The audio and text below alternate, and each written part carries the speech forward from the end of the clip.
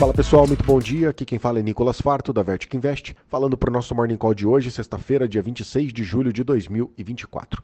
E o mercado opera mais leve agora pela manhã, depois de ter tido queda nas últimas sessões, de olho no relatório de inflação dos Estados Unidos, que sai hoje, e também com foco na temporada de resultados corporativos. Lá na Ásia, hoje o dia fechou mais leve, com a China se recuperando um pouco depois dos últimos cortes de juros, enquanto no Japão o viés ainda é de queda, com receio de que o Banco Central do país possa intervir para reduzir a liquidez local. Lá na Europa, as bolsas hoje estão operando com viés de alta, também aguardando pelo relatório de inflação dos Estados Unidos e repercutindo os números do último trimestre das empresas europeias. O destaque hoje ficou para a queda de 19% para as ações da Mercedes, que informou que teve queda na venda de veículos elétricos. Nos Estados Unidos, ontem o dia ainda fechou com um tom negativo, mas um pouco melhor depois da queda de quarta-feira que a gente viu nessa semana. Lá em Nova York, ontem o Dow Jones subiu 0,2%, enquanto o S&P caiu 0,51% e o Nasdaq fechou com uma queda de 0,93%. Na parte de indicadores, o PIB do segundo trimestre americano veio acima do esperado, com uma alta anualizada de 2,8%, enquanto a expectativa era de uma alta de 2%. Nesse mesmo relatório, a inflação trimestral desacelerou, o que ajuda na expectativa de cortes de juros por lá. Já o relatório de pedidos de seguro-desemprego ficou abaixo do esperado, enquanto nas ações o movimento de rotação vai ficando cada vez mais claro, com os investidores comprando ações de menor capitalização, enquanto eles se desfazem das ações maiores, aquelas que já subiram bastante nas últimas semanas. Bom, e com isso vai se consolidando aí o cenário de cortes de juros já na reunião de setembro lá nos Estados Unidos, o que pode favorecer essas alocações em ações de menor capitalização. Bom, na agenda de hoje o destaque fica para o relatório de inflação medido pelo PCE, que é o número de referência para o Banco Central americano decidir a política de juros por lá. Fora isso, também sai hoje o índice de sentimento do consumidor de julho, medido pela Universidade de Michigan. Atualizando aqui as bolsas, S&P Futuro sobe 0,75, Eurostock 600 sobe 0,46, lá em Londres o FTSE está subindo 0,63%. No Japão, o Nikkei fechou com queda de 0,64% e na China, hoje o Xangai Composite subiu um pouco, alta de 0,14%. O índice dólar, o DXY, sobe 0,02%, juros de 10 anos do mercado americano caem 0,42%, a taxa anualizada agora é cotada a 4,24%.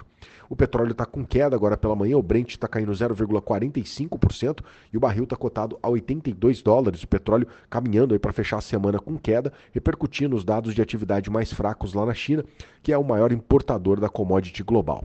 Já o minério de ferro fechou com alta nessa madrugada lá em Dalian. Hoje o contrato mais negociado se valorizou em 1,5% e fechou cotado aos $107,41 a tonelada, o que pode favorecer o setor de mineração e siderurgia por aqui hoje.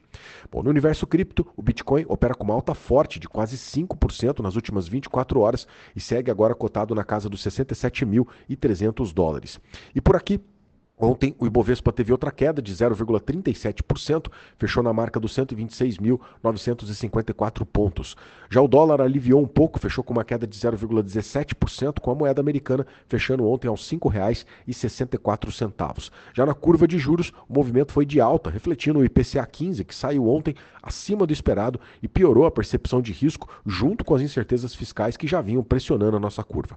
Bom, na parte de indicadores, a arrecadação de julho ficou acima do esperado, o que acabou ajudando um pouco no câmbio.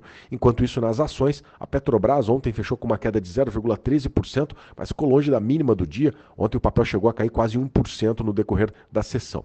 Na ponta mais negativa, a Vamos foi quem caiu mais, queda de 3,5% para o papel, que refletiu o relatório do Bradesco BBI, que está estimando uma perda na margem das empresas do setor. Do lado positivo, Lojas Renner ontem foi quem acabou ficando aí como um dos destaques do lado positivo, se valorizou em 2,4%, se recuperando principalmente depois de 2 dias de quedas. Já a Vale ficou de lado, fechou com uma queda leve de 0,05%, enquanto o mercado ficou aguardando pelo balanço do último trimestre da empresa, que veio já depois do fechamento de mercado e que veio com números bem positivos. O lucro da mineradora veio na casa de 2,7 bilhões de dólares, bem acima do esperado. A expectativa era de 1,7 bilhão para esse resultado. Agora, no pré-mercado americano, as ADRs da Vale já estavam subindo mais de 1,5%, então a gente pode ter um dia mais positivo para os papéis da empresa, principalmente porque também tivemos alta no preço do minério de ferro lá na China. Para fechar, na agenda local hoje o destaque fica para o relatório de contas do governo, referente ao mês de junho, e também para a publicação do balanço da Uzi Minas, que vai sair agora, antes da abertura do mercado hoje. Esses são os destaques aqui para a gente acompanhar. Eu agradeço a sua companhia, te desejo um excelente dia e um excelente final de semana. Um grande abraço, valeu e até segunda-feira.